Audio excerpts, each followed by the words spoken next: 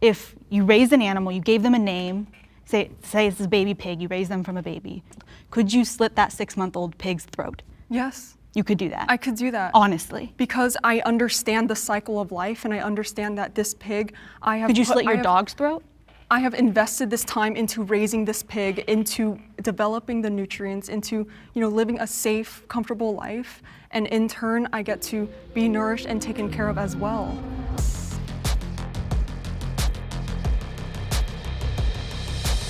Animals are put on Earth to be eaten by humans. Step forward if you agree with the prompt. So I'm Bella. I am a carnivore, so basically that means I've been on a carnivore diet of eating only animal foods for the past 6 years. I was also vegan for 6 years, right before I went carnivore.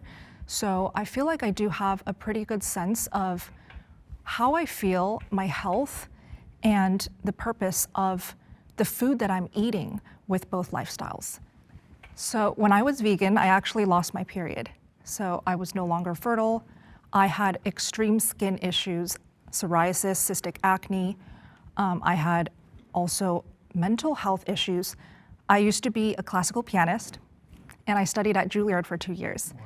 Yeah, so I just remember going on stage, and I couldn't remember the pieces that I was supposed to perform. And I was panicking. I was like, what is going on with my memory? Why can't I focus in the practice room?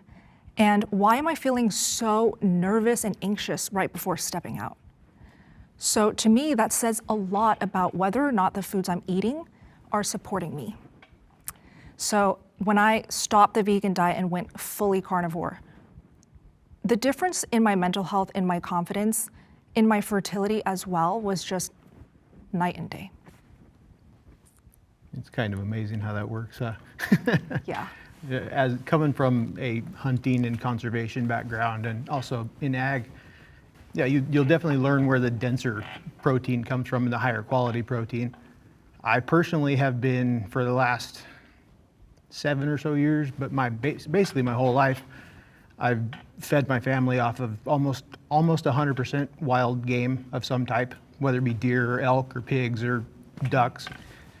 You definitely have a closer feel to what you're consuming when you have full control over it.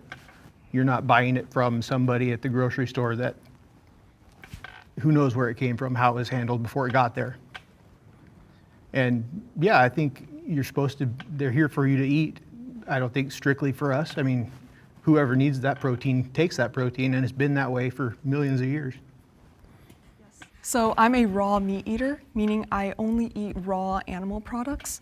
And I found that, finding myself here, I had to go through a long, extensive journey of finding the truth about what is true about our diets, about nutrition, about the world, about spirituality as well. And I think when it comes to thinking about if we are meant to eat animals and that animals are meant to be eaten by us, we have to remember that we are at the top of the food chain, and being at the top of the food chain, it doesn't mean that we can just go on a rampage and do whatever we want, kill animals and eat them all, but it comes with a responsibility. Mm-hmm. The strength of being at the top, having the conscious ability to make those long-term decisions and put in the long-term investment to raise animals for food, it takes a lot of time, it takes a lot of effort, it takes a lot of knowledge. And that is something that we humans have the power to do.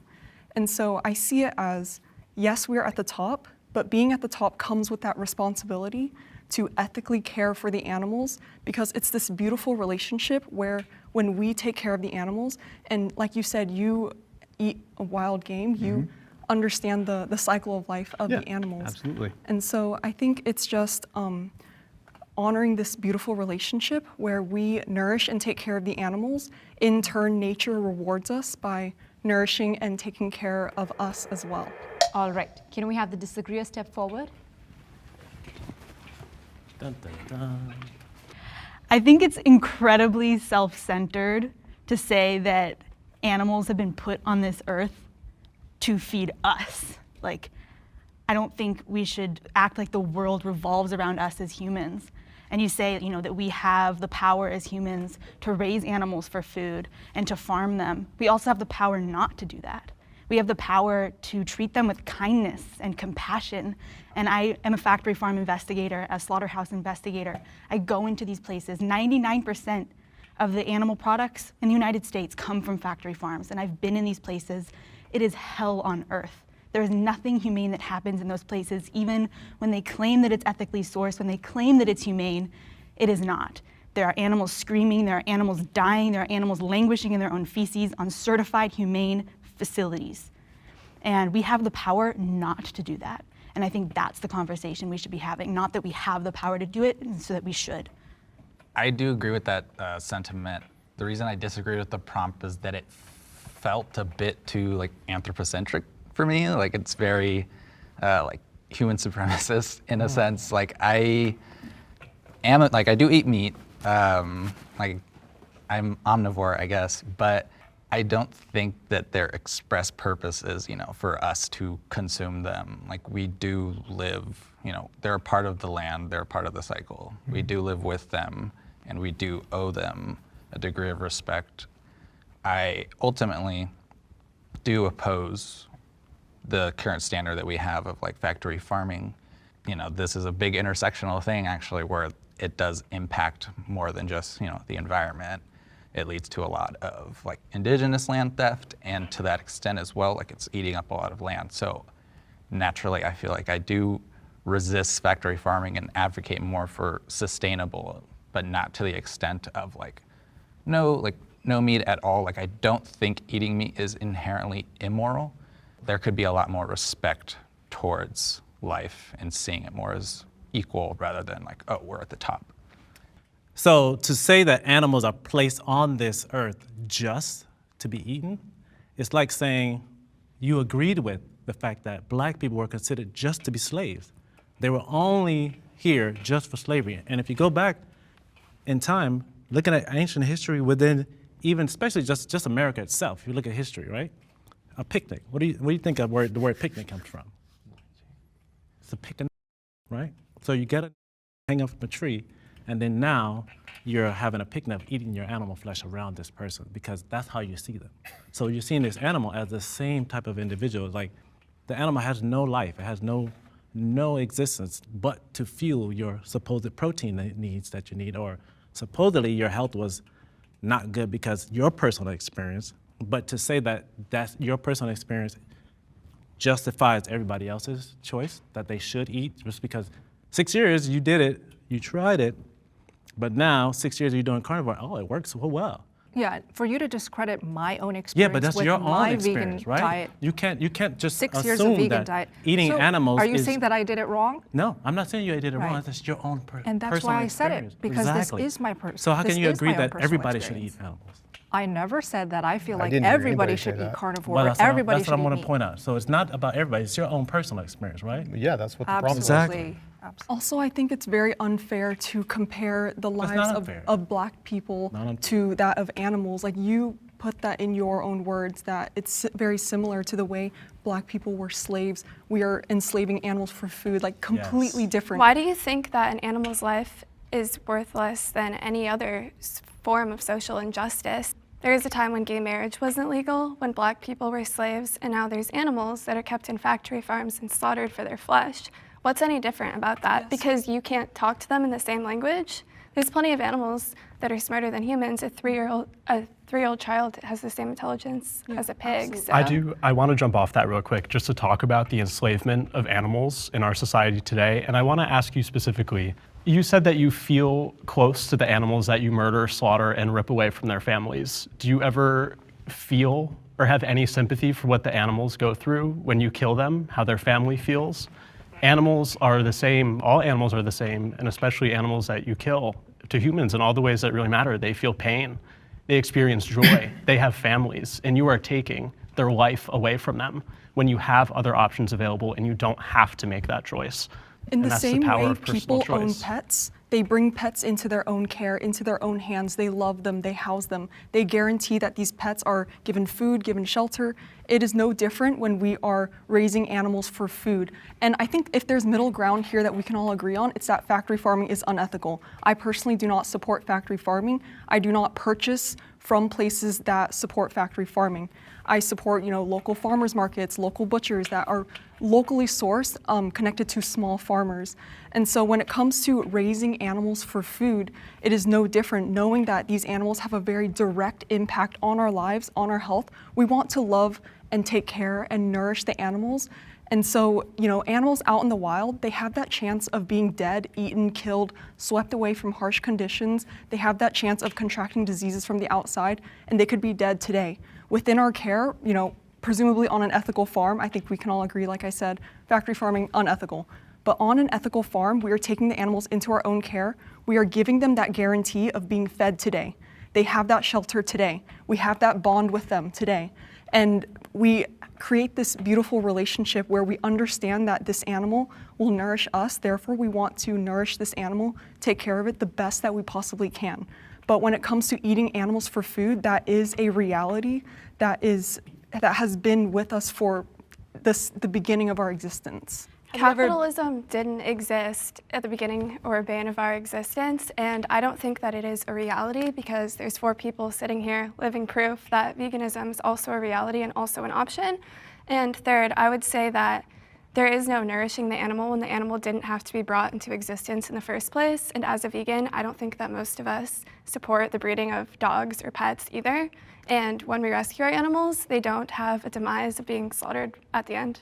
I would never slaughter my dog. When you're talking about caring for animals that aren't animals, we're not talking about slaughtering you mentioned that at the same time, dogs provide. Okay, go ahead. You mentioned bringing a dog into your home and how we have this relationship with our dogs or cats or other animals in our home, and compared that to animals that are used for food.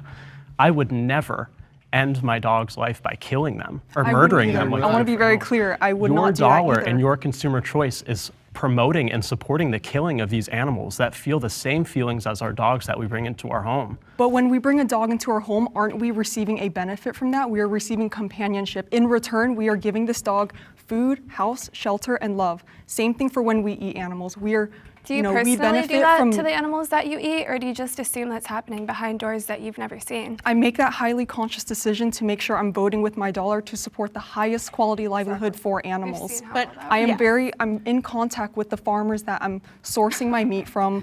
Have you visited a regenerative farm? Have you met your local ranchers and your local farmers? I actually have a bachelor's degree in sustainability, and I did an extensive project on regenerative farming. I've had the same questions. I've been exposed to the same things when I was vegan. I was in the vegan community for 6 years. For me, when it was too far is when I lost my period. I can't have children if I don't have a period. So I became infertile. And do you know what the vegan community told me? That's fine. That's actually a sign of health, and that's totally normal. So I admit that there was a lot of misinformation and brainwashing going on for myself, and I'm speaking for myself. I can respectfully listen and understand your point of view. I was there myself, but my brain just opened up, and I had to face, is it going to be my health, or is it going to save the animals no matter what? At some point, you have to decide, is it worth sacrificing my health for a religious ideology? I'm fully healthy. Yes. I think if you're an anomaly, there can be an exception to be made. But I've been vegan for 13 years, vegetarian for 23 years, and I'm extremely healthy. I get blood work done yearly. I lift weights. I can run a mile in under 7 minutes. I mean, you're an anomaly, and I think that there are other anomalies in existence, but I don't see how your one experience, I mean, we don't know what you were eating, how you were treating yourself in your day-to-day life. I was eating a whole foods, plant-based diet. I was not even eating any processed vegan foods. I don't think there's anything wrong with meats, processed just vegan whole foods. You need to track your micronutrients, your macronutrients, your vitamins. So you're saying she didn't do it right? I don't know if she did. I can't see her history of what she was eating every day. Look, I'm sorry you had a bad experience and that you lost your period and that people weren't nice to you about it. But I think I can't stand what's happening to the animals. I've been to some of the darkest places on earth where these animals are tortured by the hundreds of thousands. And you're saying that you try to source local, and I get that, and I think it's great that you care about animals. I appreciate that a lot. But I think if you go to a slaughterhouse where all of these animals are killed, ultimately, regardless of where they're raised, there's nothing humane that happens there. Animals enter into a slaughterhouse as live animals, fearing for their lives, and they come out chopped up in pieces. Nothing humane happens along the way. Animal rights are just as important as human rights.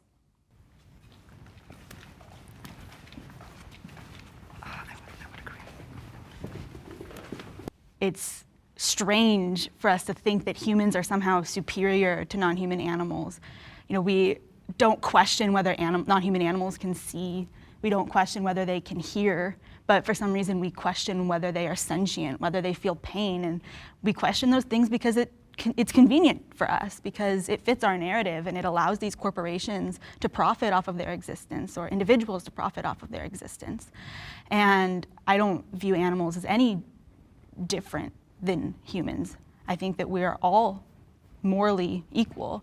And some of my best friends are non-human animals. I run an animal sanctuary, Happy Hen Animal Sanctuary, and I've saved over 1,000 animals. And every single one of them is an individual. They have big personalities and they love to explore, and they all have different favorite foods. One of the chickens who I've rescued, who came from a factory farm, he kind of imprinted on me as a baby, and he was terrified to be left alone, and even if I left him with someone else, he would cry. He just wanted to be with me all the time. He would follow me everywhere.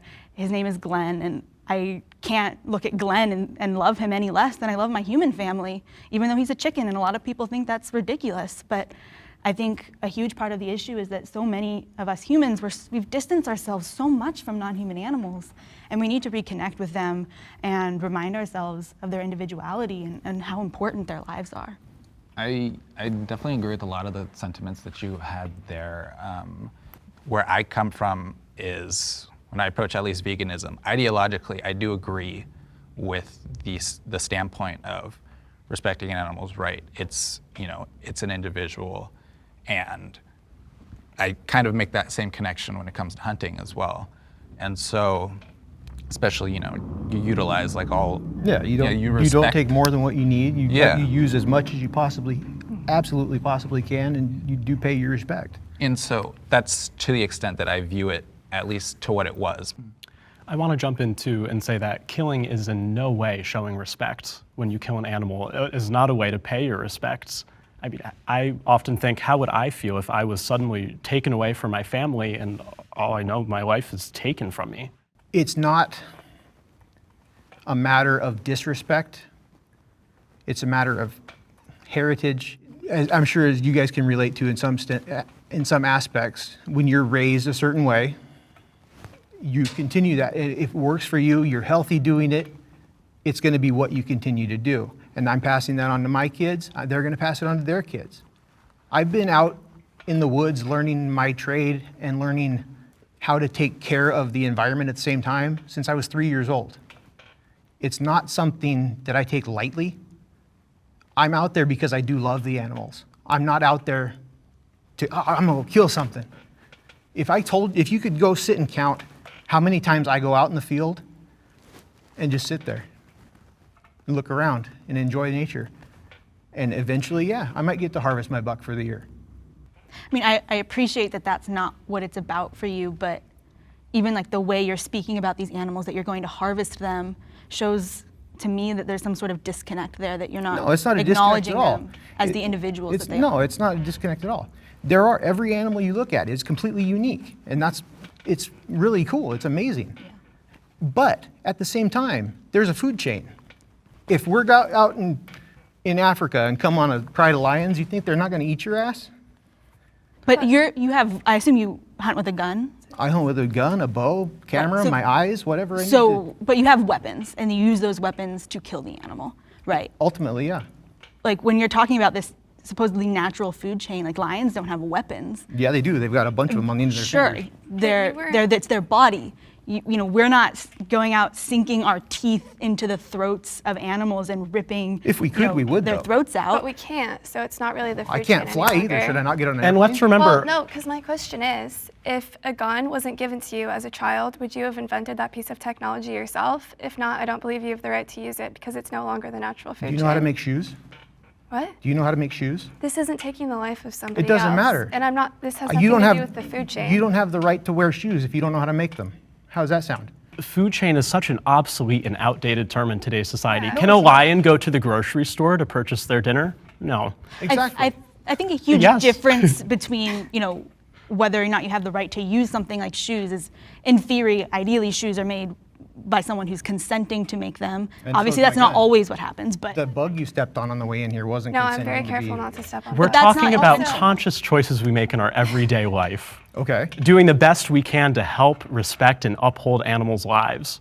And you have other options available. You don't have to take an animal's life, but you choose to. Well, and that's should what I we're feel talking upset to you because about. you guys are eating my food's food? Most of the animals that are consumed by humanity, they don't even eat other animals. They eat nutrition from the ground, and so, or they get fed soy Absolutely. or what have you.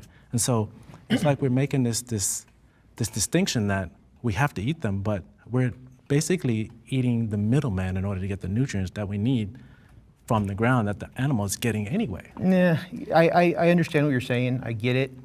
But at the same time, just being on a plant-based diet is not going to work for me. I can tell you, I don't need to try it. I'm not going to try it. But I completely respect you guys for doing what you do. That's fine.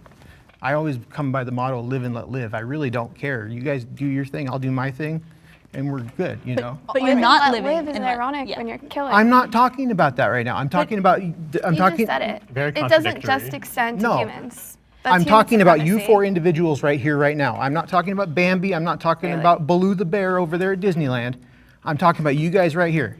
But what's the difference between letting me live and letting a non-human animal live? Like, I don't think that it would be any more wrong for you to kill me right now than it would be for you to go and kill a chicken right now. I think that would be morally And equivalent. that's your point of view, and that's fine. You're allowed to feel that way. All right, can we have the disagreeer step forward? If we're thinking about animals' rights being equal to that of humans' rights, I feel like that is us not really valuing our own lives. If we see ourselves as equal to that of the ant on the floor, or like an animal where another animal is going to eat that animal. Like, you don't see animals who miraculously become vegan. And I think that, when you see yourself at this subhuman level, you don't really value yourself. And I think when it comes down to it, if it comes, there's an animal in here trying to attack all of you, I would value each and every one of your lives over that animal. And so I think when it comes to our rights, I just don't see us at the same level as animals. I would choose the human life over the animal. So if someone was attacking all of us in here with a gun, would you jump in and be like, yo, shoot me? Or would you try to protect yourself? I value my life as a human. I value your lives as humans. Of course I'm going to maybe look after myself in that specific scenario, but when it comes to an animal where we are at the top of the food chain, we have that strength, that responsibility, we have that power to take more control over the situation, I would choose the humans over the animal, for sure. Like, would you just allow the animal to attack all the humans? You're talking about humans as if we're like morally superior to non-human animals. Well, and we have a higher consciousness. Do we? We're able We're to the make ones who- long-term decisions. But we're the ones who have factory farms. We're the ones who've committed atrocities throughout history. Which, Humans is have done that. unethical, and we don't have to do that. I think I'm just saying that we're not more capable of making the right choice than non-human animals. Looking at our track record, I don't think that that's true, and I don't think saying that we're not primal is a fair argument. There's humans that sexually assault other humans. There's humans that commit horrible hate crimes against other humans. There's humans that murder other humans. And I think that's a strong testament to the fact that we are no less primal than other animals. You just aren't integrated into their society or culture to understand the reason they interact with each other the way that they do. Well, so when animals eat other animals, is that cruel, or is that just part They of don't nature? have the option to go to the grocery store and not eat each other. Because that's their way of life. That's why Yeah, animals, this isn't our way of life. You have another choice. Your way of life could be either way, and you're choosing the immoral way. So I'd love to chime in. So I was vegan for 6 years, carnivore for 6 years. That day when I ate animal foods for the first time, after being so integrated in the vegan community, absolutely, I felt shame. I felt guilt. I felt so bad, and I was like, do I really have to do this? But I had to be realistic because I literally was dying. I just felt so bad. My health was just not supported by eating only plants. So I would love to bring it back to health. If it is at a cost of a human's health and they are literally deteriorating, they're dying, does that mean they have to still fight for animals to the last day that they live just for the animals and just neglect their health, neglect their fertility, neglect their availability to have their own family? So I want to talk about how we can heal humanity first before we talk about how to protect every single animal life. And back to, is an animal's life just as valuable as a human? Yes, but for me, up until when the human has to die for that animal or suffer with their health just to protect that animal. I guess I'm confused how your answer is that animals are equivalent to humans then. And I would love to hear like kind of more about why you agree with the original prompt. So like Anne said, vote with your dollar.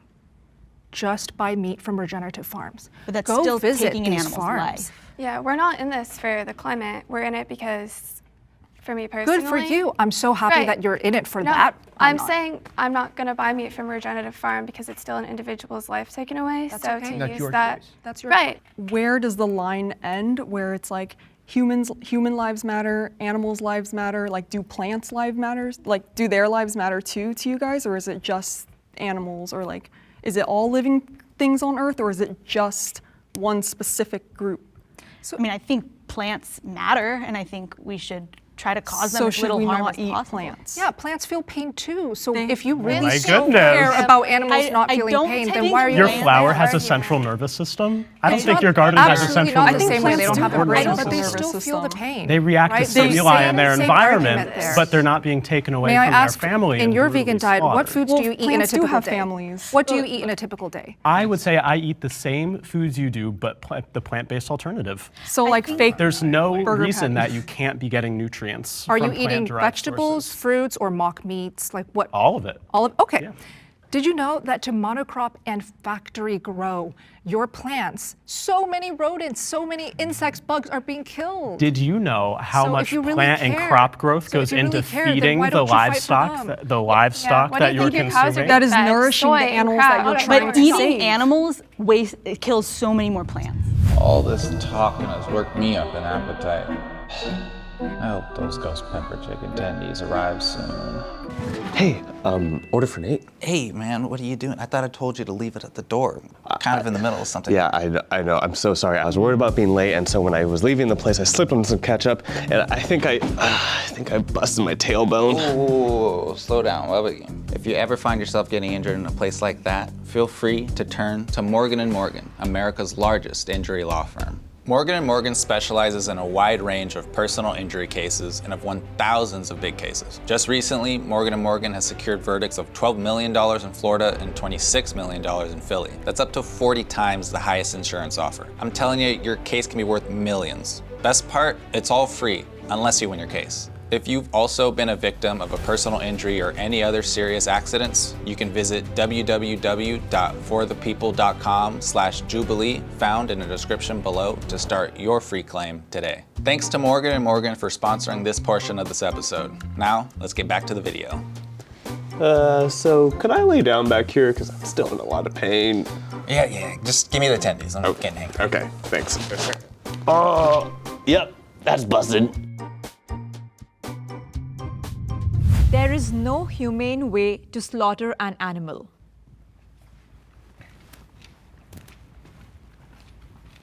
I think there are especially inhumane ways to slaughter an animal. I'm actually currently wearing an ankle monitor, and I'm facing up to 5.5 years in prison for rescuing chickens from a particularly cruel slaughterhouse. Thank you. Thanks. That's awesome work. It's a Purdue's Petaluma Poultry Slaughterhouse, and they were exposed for boiling chickens alive and other atrocities, and I mean, which is obviously sadly more common than people think in slaughterhouses. But even, while I am grateful that I was able to save a few chickens from an especially horrible fate, I know that there's still no humane way to kill an animal. I look at it in the same sense that humane and slaughter, actually, they don't go together. I don't see how that's possible. I mean, yes, of course, in the past, would we have considered that slaughter, what I'm talking about is human sacrifices to said gods and different ideologies. They would take the first virgin or whatever and sacrifice them, and she didn't want to go, but of course the people thought that that's the way it should be. So to me, humane and slaughter don't go together, so I don't see that there's possible to have humane slaughter. All right, can we have the disagreeer step forward? So the way I see it is that if we are not using the animals for food, there is a chance that out in the wild they are being hunted, eaten, killed by other predators to be used as food at the end of the day. And I see it as like the scarcity of life is what gives our lives value, right? The fact that death is coming for all of us is what makes our lives so beautiful and meaningful. And animals fully understand this. When they're out in nature, they're living in constant awareness of their own survival. They play this balance between being predator and being a prey. They know that survival is never guaranteed for them. And so it's the same understanding that makes our lives so meaningful. And so for myself, when I'm eating my raw meat, I am eating this with the utmost, highest sense of gratitude, knowing that this flesh came from a live animal, that this life had a sacrifice. It comes with a sacredness to it. And I'm trying to work towards more and more, using every single part of the animal, not only eating the meat, but like using as much as I can to honor the life of the animal. And I think in today's world, it's so normalized to practice low vibrational eating habits, like not knowing where your food's coming from, or like eating, slouched over, watching a low vibrational YouTube video on your phone, not being grateful for what you're eating.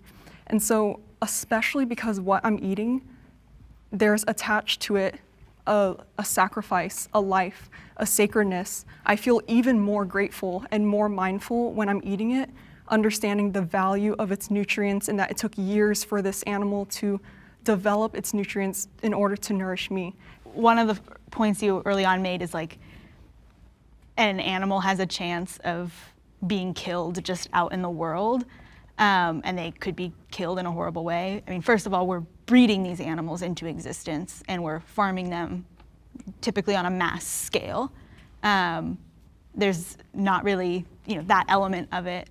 But also, I could say the same about you or myself. There's a chance that when I walk out of here today, someone will stab me to death. That is a real possibility. Would that make it the most ethical thing for you to more humanely kill me right now? But it helps us understand like the scarcity of our life, the value of our lives, knowing we could walk out of here and be stabbed.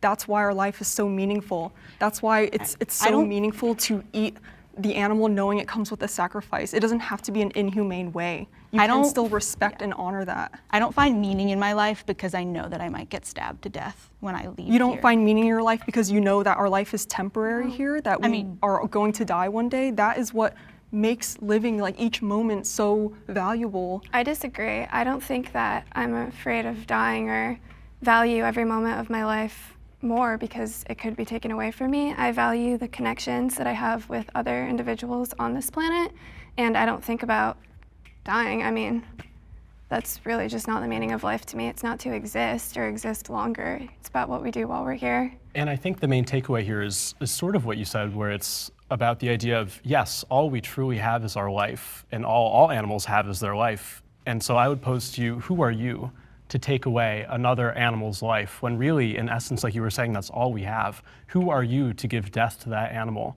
Who are any of us to do that? In that regard, our lives are our own, and we shouldn't be taking the lives of others when we don't need to. Again, for me, it's so important that we talk about what is going to support optimal health. Anne said she wants to survive. I want to survive and thrive. You talked about wanting to have a meaningful life, meaningful conversations, maybe meaningful friendships and relationships. If eating meat, sustainably raised, can support somebody having a meaningful life, I don't think we should be shamed for choosing to eat meat. So you guys said the word anomaly a lot with my case. If you take 2, 3, 4 hours just immersing yourself in the meat-eating community, you actually will see a lot of vegans who have had to quit that diet because their health also declined.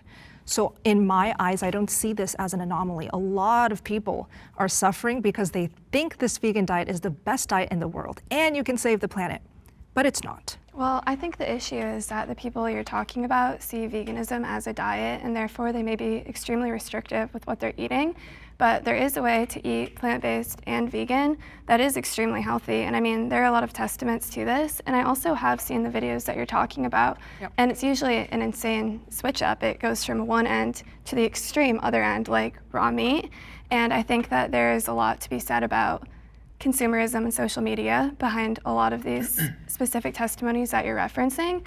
And I think that if you were to really do the research, it wouldn't come from people's stories on the internet. It comes from research articles by the National Health Institute and Harvard and other research institutes. And veganism and a plant-based diet has been shown to reduce the overall risk of mortality and a million other heart disease, cardiovascular disease. It didn't for me, so I believe you and your story, and I acknowledge your story. Referring these studies on veganism, have you read any on the other side? I have. Just recently graduated college, and I got my degree in sustainability, and one of the entire sections we had in one of my sustainability politics of conservation class was discussing with hunters and looking at all of these articles in depth. So even if I wanted to be biased, I was forced to look at it from an unbiased perspective to obtain my degree. I wish more people did that. Yeah, and I don't know. I just feel like it wasn't very nice to make that assumption about me. No, I was asking a question. That's Okay. not. I didn't assume anything. I was just asking innocently. I was just curious. To have this style of life, as you guys so eloquently put it, this style of life, there has to be death. It's just how it is. And I know that hurts your guys' feelings or whatever the case is, but it is, like I said earlier, it's a necessary evil. I agree that there has to be death in order to support any lifestyle and any food chain, and I know there is death that goes into the crops that I buy at the grocery store, but I think that it is important to cause the least amount of death possible. So that makes me wonder is the meat that you hunt the only thing you eat, or do you also buy produce from the grocery store? Because if so, you're causing death from those vegetables and death from... I'm not arguing that. Yeah, so I don't think that it hurts my feelings that death exists, like it's I just said, less death. It's a generalization. I'm sorry if I put that on you incorrectly. Well, I don't think any vegan thinks that really, it's just less death. Okay, that's fair. It's not the absence of No, death. that's totally fair. I mean, I wasn't referring to like plant death, which is obviously a thing as well, but to answer your question, no, as I said before, I feed my family probably 90% stuff that I've taken in the field, or my kids or my wife. We all do this to support our family. We grow a garden in the back. We harvest our own vegetables.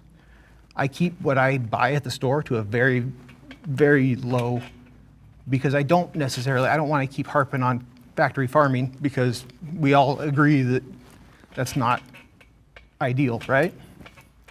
At one point, you referred to factory farming as a necessary evil. Yeah, and for some, yes. So and that kind of answered my question for you. I guess one question I have is, would you all support shutting down all industrial slaughterhouses and all industrial factory farms? Would you support phasing those facilities out? I wouldn't say phasing out necessarily, but definitely looking at the way things are done in a more humane way, I guess. I'm glad you said that, because when it comes to humane, we talk about honoring the animal and this and that. So we have to understand that we're not in that animal's mind or that animal's spirit. We're just thinking, okay, I honor you to feed me. And the animal's like, dude, I really didn't want to be killed. Yeah. But I guess you need food, so all right, I can't stand up against your blade or your bullet.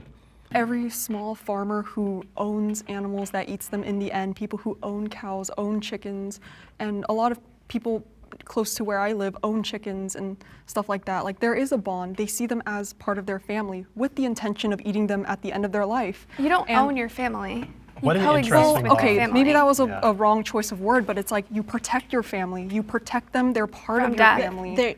As soon as they're at the slaughterhouse, there's no one to protect them.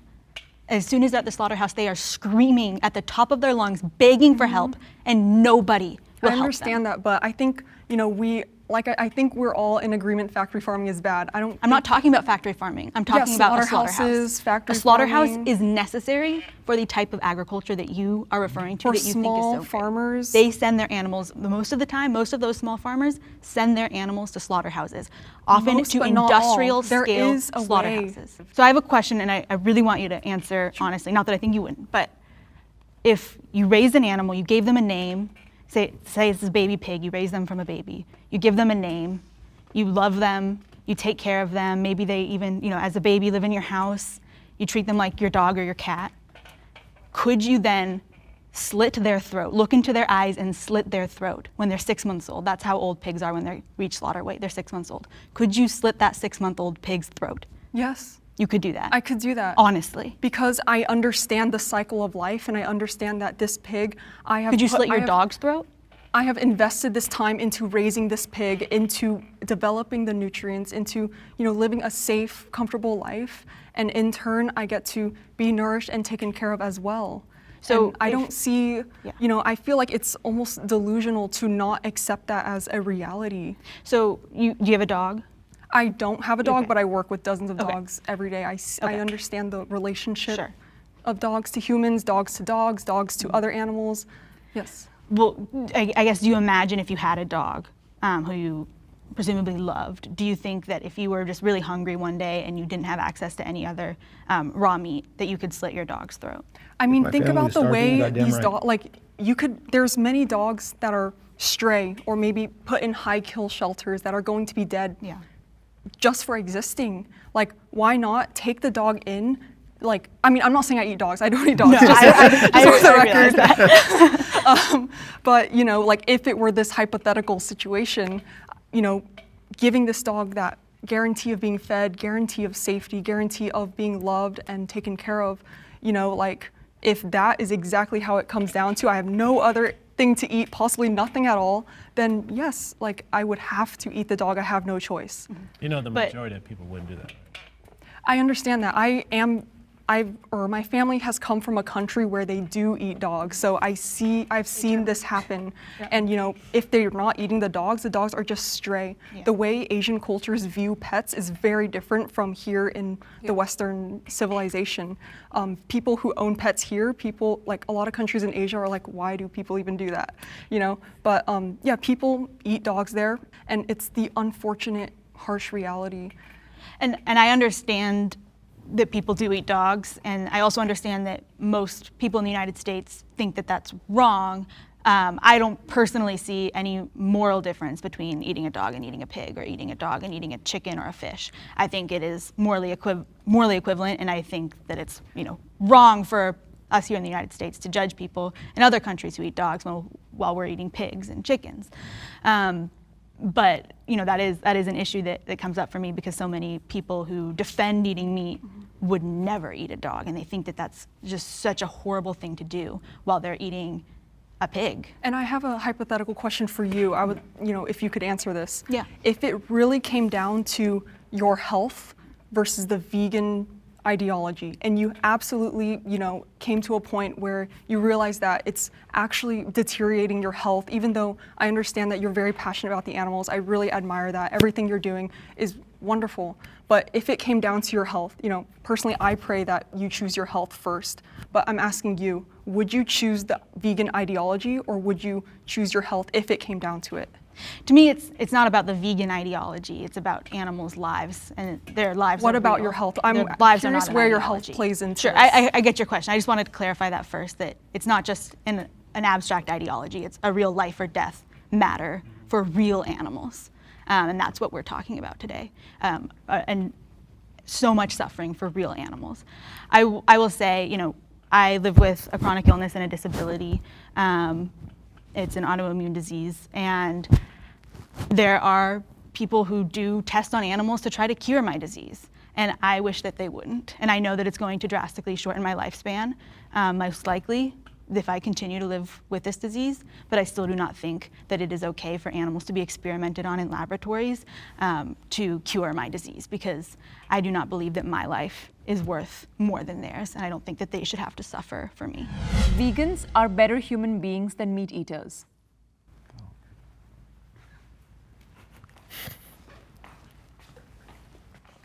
I think what this comes down to is what we define as a good human being.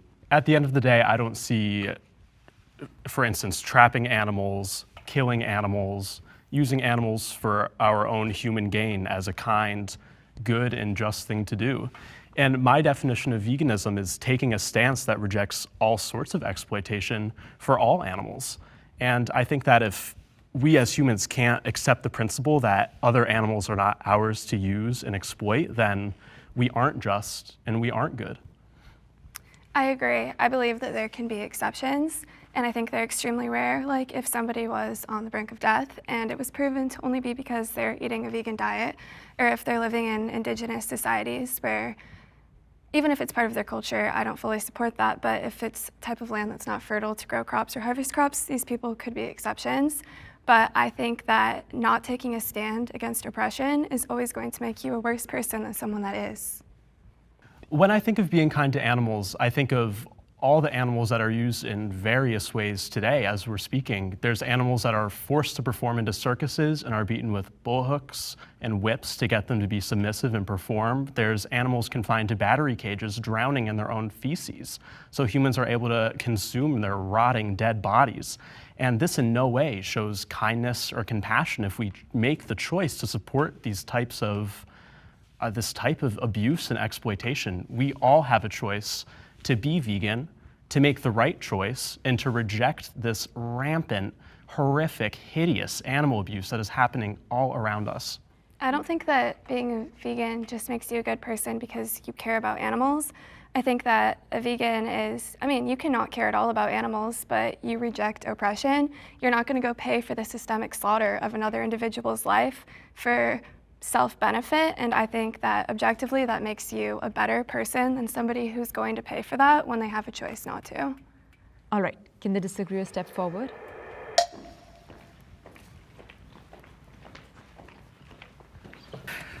I don't think being a good person has really anything to do with your diet or what you're putting in your body.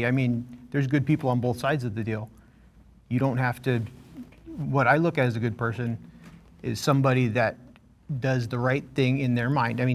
I know what you're going to say, but the right thing for me and the right thing for you are obviously not the same thing, right? Will you argue that? I would argue you to answer the question, what's right for the animals? That's not what I'm talking about right now. I think that's what's important to discuss, though, because they're the ones that are victims in this situation and the ones that are being used. What we're talking about is being a good person. There are good people on both sides of the coin. It doesn't matter what you put in your body to get to there. You're a person, you're alive.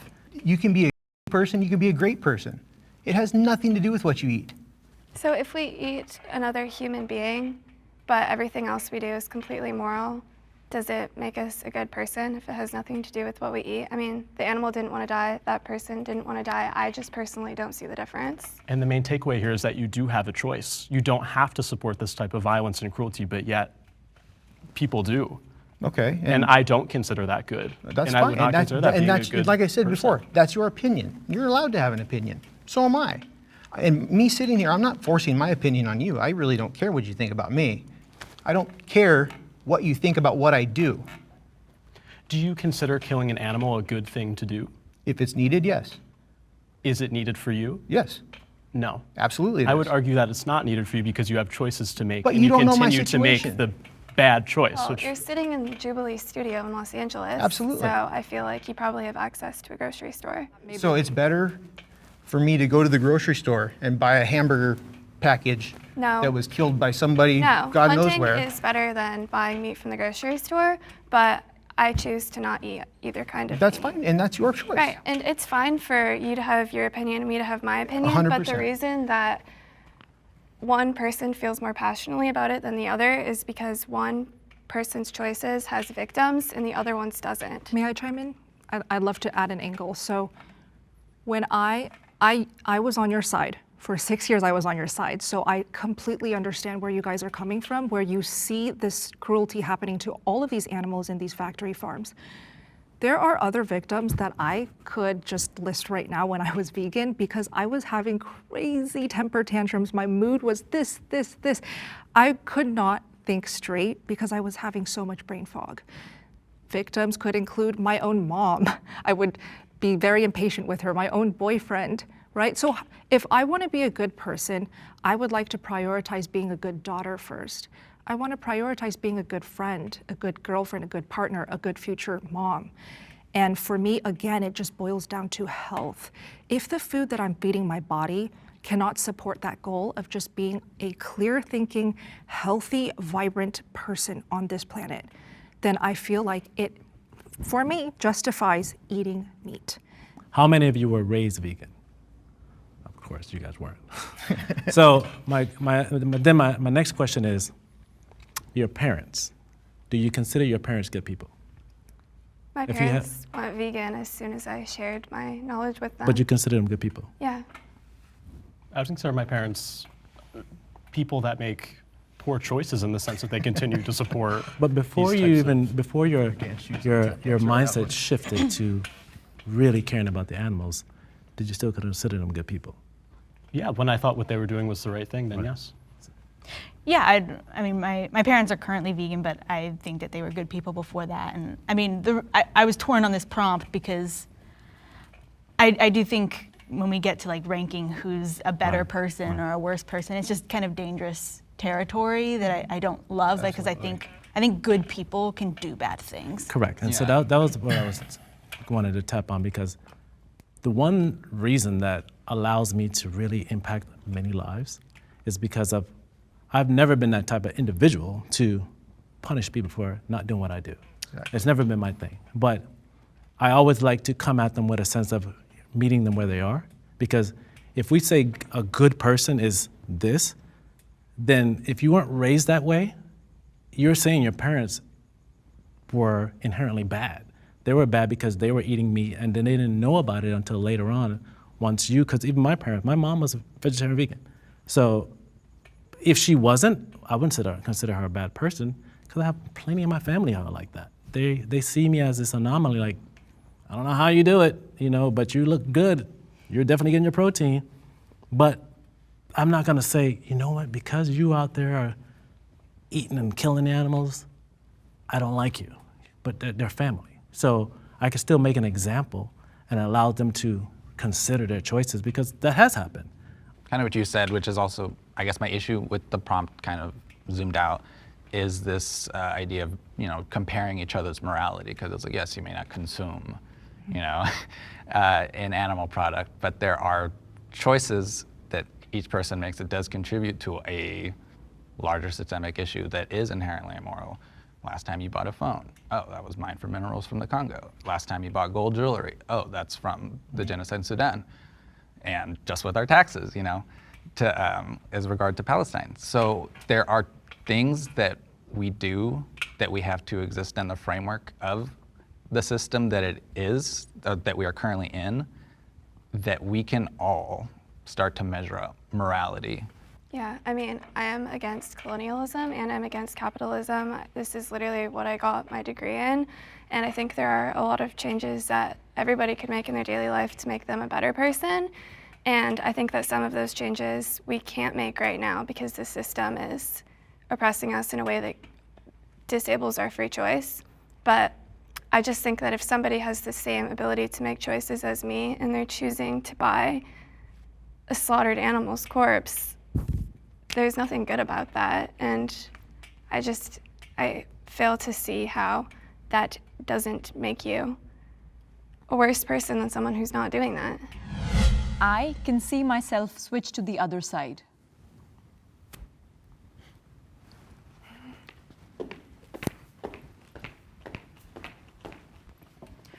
So, diet is not so black and white.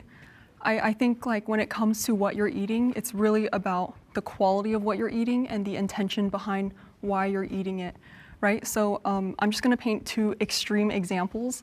Let's take a vegan who's living out in the lush environment, maybe along the equator, maybe walks barefoot every day, sees the sun, and is growing this beautiful mango tree that is grown on good soil, receives good sunlight, and they're in a good community. So this person who's eating this fresh mango off the tree, living a very vibrant life.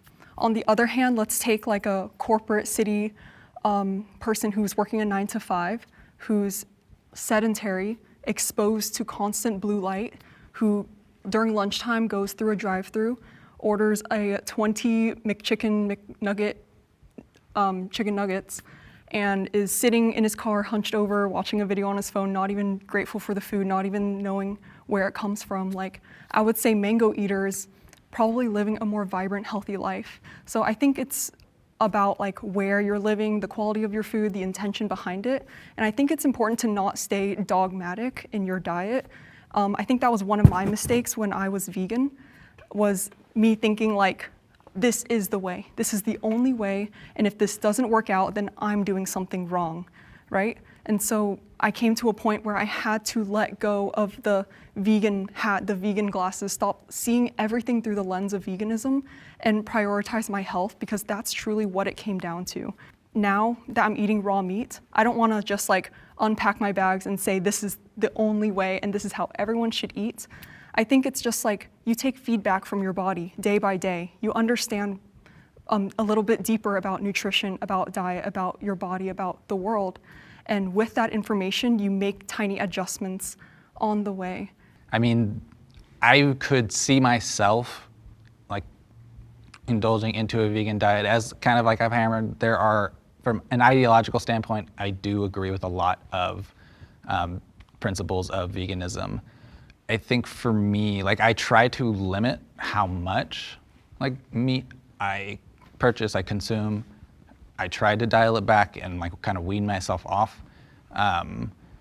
As frequent as like I used to be, I do still like occasionally will be like, oh, I want some chorizo, or I want some tacos. Like, there's Good for the soul. It's indulging in soul food and things like there are like I will pivot to that because I mean, one, like it is what I grew up with, and just culturally like what like the meals we would always make, or what's always present like at like the cookout and stuff like that. But I wouldn't go as so far to say like, oh, I'll never go like vegan entirely. I think I could definitely see myself moving towards that, especially with like the opposition we have to just a greater systemic issue that our current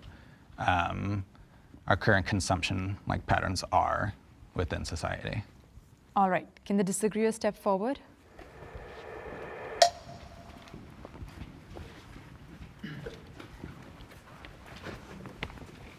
Personally, I can't imagine myself ever eating an animal.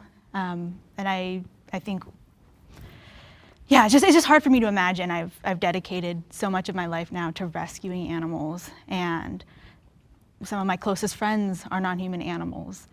And I just couldn't disconnect myself from that to actually engage in eating an animal's dead body. It's just completely unimaginable to me. Animal liberation is what I believe in with every fiber of my being. And I've been arrested 8 times fighting for animal rights. I have investigated factory farms and slaughterhouses across the country.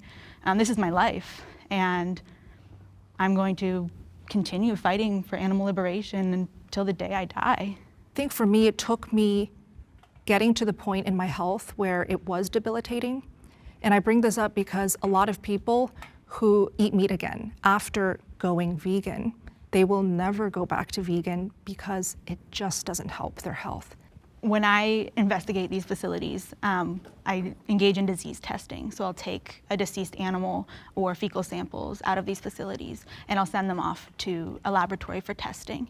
And over again, we find they are filled with dangerous bacteria and diseases that are zoonotic and can spread to humans, and are especially putting my life at risk as someone who's immunocompromised, and putting other chronically ill people's lives at risk. And obviously, there's a lot of scientific evidence that dairy and other animal products cause autoimmune disease. Yes, studies may say one thing, but do they really say it caused it, right? So let's not make these blanket statements. You love talking about black and white. It really is not black and white. Just because I'm now only eating meat doesn't mean everybody else has to. Don't make that assumption. Sure, and I hear that, but what is black and white is an animal's life or them losing their life. That is black and white. It's not black and white to me, because if it is at the expense of my health and my mental health, that's where it does become gray for me. It is a hard pill to swallow, I get, because you guys dedicate your lives to this. But for me, I saw clearly when my health deteriorated, and you cannot discredit all the people who also felt the same. My entire life, I was not vegan. I was not vegetarian my entire life. I ate animal products, and I came to the conscious decision that it is in my power to not eat animal products or animal flesh, like most people have the ability to choose, and I stopped, and I realized that's wrong, and I would never, ever go back to harming any animal when there's no need for me to do so. Does it take effort to make a conscious choice when society's default is to eat these animal products that are being massively promoted by these large industries? Sure, it can be difficult, but is it worthwhile? And does it meaningfully impact the lives of animals who are suffering every single day? Absolutely. And I think that's what's important to remember. Yeah. There are also some vegans who would choose an animal's life over their own health. I've never been put in that situation, so I can't honestly tell you what my decision would be. But there are people who believe if they were on a deserted island with just a pig, they would let themselves die because they don't think it's their right to take any other being's life. So, I mean, in terms of health, if my health was deteriorating, I'm inclined to believe that I would let it deteriorate rather than eat animals. You would let yourself deteriorate. That's what I believe I would do right now. When I was in this situation, I can't answer honestly because I've never been in this situation, but when the prompt asks if I could ever imagine myself eating animals, that's the reason I answered no, because I imagine myself letting myself die before I ate an animal. That's okay. That's where we disagree. Felt like a sink in my gut, because it's like you really don't value your life enough. No, because I'm not a human supremacist. But it's your life. This is like your. There's no like need. You don't value yourself. You don't value your health. I love myself. I value my life greatly, but not at the expense of somebody else's. The vegan diet, I feel like it's reasonable to consider it an ideology. It's reasonable to consider it like, a belief, but to consider it healthy is a different topic. To consider it like a healthier diet, the healthy way. Well, I'm not I in feel it like for that's health just or the kind diet. of I'm in it for dangerous animal to liberation. promote. I keep saying this. Like you'd say you would choose an animal's life over your own health, over your own life. Like that is self-harm to me. That is oppressing yourself. Yeah. Is it Like, self-harm? If your soul, If, as we've seen in genocides and Holocausts throughout history, mothers choose to protect their offspring before they save their own life, what is the difference here? Just that one speaks a different language than you? Is that a form of self-harm? Would eat you, would kill you. My dog's never gonna eat me. A fox is never gonna eat me. A cow's never gonna eat me. A pig's never gonna eat me. I had a pig live in my house for 12 years. He never ate me. I mean, I would choose him over myself. There's definitely animals that would eat you. Yes, there are, but this isn't the scenario we're talking about. I just believe that our health is a priority, and that if you're subtracting your health for another animal to live so that they could be eaten by another animal, I just feel like that's dehumanizing yourself. I just think that is an abstract. Yeah, because I'm not subtracting my health right now. I'm just giving my answer to the prompt. If I could imagine myself doing it, no. Is it happening now? Also no. Yeah, I know. I'm just very passionate about this, and just hearing that you would choose the animal's life over your own really struck a chord within me, because at the end of the day, our middle ground is that we are all humans. We're all living this life. We all have this one chance, and our health is the most important thing. And if we're not, doing what we can to take care of our health, and instead, fueling these ideologies in the expense of our health, I just feel like that's just I can't help but feel that human compassion, I don't know. I guess I have the same amount of compassion as you, but it just extends beyond humans, because that's how I feel when I face someone eating a dead body on their plate every day, and I see that. That's how you feel about me right now. You're thinking about my health deteriorating. I'm thinking about that life that once was. I think it's great that we were all able to come together today and share our different perspectives, and I want to make sure it's clear that I have a lot of respect for everyone, no matter where they're coming from. And what I'm fighting for is animal liberation and a mass shift away from depending on animal agriculture. That's a world that I'm fighting for. I'm not fighting against any individual here or anyone who might be watching at home who might eat animals. I'm fighting against a massive system. And I just love that we're having this conversation, openly discussing these polar opposite topics, but still being able to find a middle ground. So I really appreciate that. Veganism is for the privileged.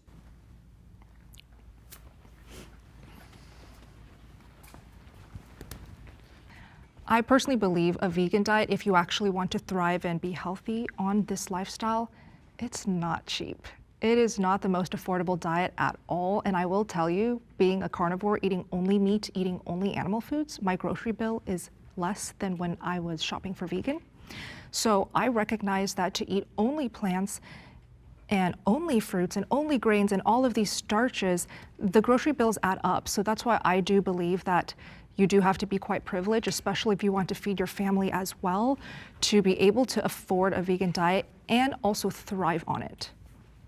There is like an accessibility discussion just from socioeconomics, so affordability, as we kind of talked about before, food deserts as well. Like there are these realities and nuances to it that should be acknowledged. And I personally am not too familiar with typical cost of having a vegan diet. I've always had meat in some aspect within my diet. That is, you know, what we grew up with, and it was often the cheaper option. And as I buy my groceries now as an adult, I mean, it's definitely what I go to in terms of like, oh, calorie and nutrients per dollar kind of thing in my head. I do acknowledge that I do have a lot of ignorance towards like the nutrition aspect of it. Of a vegan diet. I've never had those like resources or taken the time, I guess I should say, to access those resources. All right, can the disagreeer step forward? I want to start off by saying that a vegan diet and a plant-based diet is vastly cheaper than one that relies on animal flesh and secretions. Pasta, beans, potatoes, bread, lettuce. All of these items are usually very affordable and staples in most of our diets, I would assume. The real privilege that comes into play with this prompt is the fact that some people think they are privileged enough to take another's life when they have other options available to them. I'm not sure that's the definition of privilege she's talking about.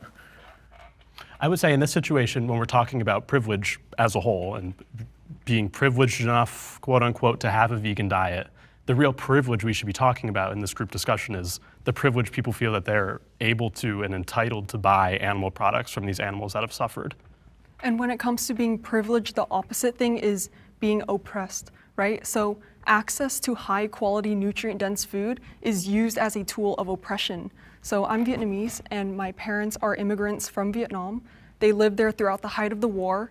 And so living in a third world country, especially during a tough time, meant that good food was rare. Meat was a luxury. People were pretty much forced against their will to go vegan. Vegan options such as rice, potatoes, wheat, nuts, dried fruits, maybe some veggies, that was all they had access to or could afford. And you see this throughout history. In many other countries during times of war, what happens? There's heavy food rationing. Heavy food rations, specifically on the nutrient-dense foods such as meat, eggs, and dairy, because these foods are reserved for the people on the front lines, for the people who have the resources or the connections to get them.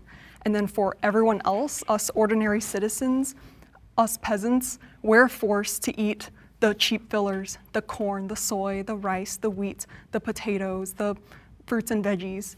And so it just goes to show during times of oppression, meat is a privilege. The vegan diet is forced upon people and is the unfortunate, harsh reality for people who are actually oppressed. That's how I looked at it when I saw privilege. I was like, meat clearly was considered a privilege. You know, Yes. you had to be king and queens to eat that. The peasants were supposed to eat like, you know, just bread and things of that nature. And, you know, you had the Daniel fast, the Daniel diet, all these different things. Meat was not even considered there. It was more so, like I said, it was of privilege. So when I heard the prompt, that's the first thing that came to my mind was, clearly, meat is considered a privilege. First of all, vegan diet to the average American citizen isn't more expensive. I literally live in a trailer with 3 dogs. I am on EBT food stamps, and I eat 140 grams of protein a day. I track everything I eat, and I would say I spend less than $8 a day on my groceries. a block of tofu has 90 calories to 10 grams of protein, costs $1.75, and there's 5 servings of that in each block that costs $1.75. And the cheapest groceries throughout history have been rice and beans, which are both full of nutrients, and also soy, which you call a filler food, even though it's a complete protein. Actually, you initially said, and you made your point, that there's no way eating animal flesh is going to be cheaper than eating only plants. So the difference for me is when I eat only plants, I feel hungry about 30 minutes after I ate. When I eat only meat, I feel hungry same time next day. So in my head, when I do the math, I'm actually spending less actual dollars on my grocery bills because I need less food, because meat is so nutrient dense. And I will confirm that yes, my vegan diet grocery bills were cheaper than now my carnivore diet grocery bills. And that's exactly what's happening there. That's why. That isn't true for everybody. I mean, I get 13,000 steps a day, and I'm a weightlifter. I'm in the gym for 1 to 2 hours every single day, and I'm not hungry after I eat. I mean, I eat nutritious protein-packed options like tempeh, seitan, and tofu that leave me feeling full. And there is a poor way to eat a vegan diet that doesn't leave you feeling full, and I believe that might be what you were experiencing if you had that. I ate a whole foods plant-based diet. That's not necessarily healthy, though. I don't think that whole foods plant-based is So you're saying eating great. seitan and what else? What's the other Yeah, process? do you know Tofu what seitan is made out of? I do know what it is. It has a It's very long fermented ingredients beans. list.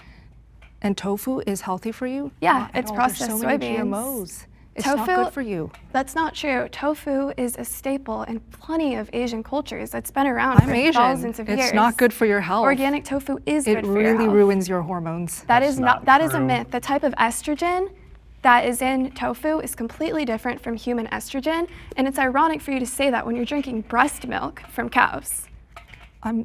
Okay, firstly, you don't know what I'm eating in my carnivore diet. I don't drink breast milk from cows. I actually milk from any do not animal. eat dairy right now because it inflames me. So you actually mentioned healing from autoimmune issues. The carnivore diet and eating only meats is actually renowned for reversing autoimmune issues. And this whole community stay with this diet because they're finally, for the first time in their life, getting healthy again. But I also understand your point. Even though I still won't eat meat because I support all of this. I'm just saying that my carnivore diet grocery bills are absolutely cheaper than my vegan diet grocery bills. And I was eating a whole foods plant-based diet. So maybe I am wrong that a whole foods plant-based diet is not healthy or the best way to go about a vegan diet. I did not eat a single processed mock meat junk food that Tofu, they label seitan, vegan. and tempeh aren't processed mock Fine, meat. I didn't try those either. But when I ate whole foods plant-based, I felt hungry all the time. So maybe it just didn't work for me. I just Yeah, no, quickly want to jump in that my chronic illness is incurable. No dietary change is going May to I know cure what it. it's called? It's called type 1 diabetes. And Okay. There's a lot of people that have actually managed type 1 diabetes by eating only meat. I understand that both it's ways, you right? can manage it. Yes. No, I recognize But I it's just very- want to make yeah. sure that it's clear it's Absolutely. incurable and people shouldn't go off life-saving medication to try to. But a lot of people have. I know a lot of Yeah, people have because they gone off. can. Yeah. Not for my disease. Understood. It's impossible. No one with my disease can do that. So I just want to make sure that that's clear so we're Absolutely. not spreading something that's potentially dangerous. Well, for thank you for sharing because I wasn't sure what autoimmune yeah, issues. it's you okay. have. Yeah, no, it's all good. Yeah. Yeah, I think we're missing the point. Sometimes we take our personal experiences and apply it to the world. Right. That's not necessarily the case. Just because someone isn't carnivore and it's saved their life doesn't necessarily mean that it's going to do the same for another individual. Same thing when it goes to vegan. Just because this person says vegan and want to change their life and their health is phenomenal, that doesn't mean, hey, Bella, you need to go back to being vegan. Oh, That's what absolutely. I agree. You're saying it didn't work for you. And then back to the privilege. I mean, I was raised poor, vegan, vegetarian. And so I don't see how that cost me more. I still was able to, I'm here today. So my mom didn't have that access to buying, easily buying food and whatever. I had to even go live with my grandparents because my mother couldn't afford to raise me and my brother by herself. So privilege, no, I don't see living as a vegan, since we have that terminology now, we all love labels. Since being as a vegan, that I was any more privileged than anyone else. I think a different type of privilege that I think would be important to acknowledge with your story is that you did have that access to that information to that lifestyle, even if mean it through the wasn't. parents? Yeah. Through your parents. Like you did have that within proximity, accessibility to that information. Like you shared a lot of good information, and like I think for me, I feel like an issue I often have, or at least my perception for a lot of, I guess, vegan cuisine is preparation and mealtime and stuff like that. Typically does deter me from, a lot of certain like meals and stuff like that. Yeah, I agree. I think that lack of access to knowledge is one of the only reasons that I can understand why someone isn't vegan. We have pretty good access to knowledge in this country, especially people that I talk to in my day-to-day life, but I do acknowledge that that is a big issue, and yeah, I think that bridge should be worked to be closed. Thank you so much. You can just shake hands there.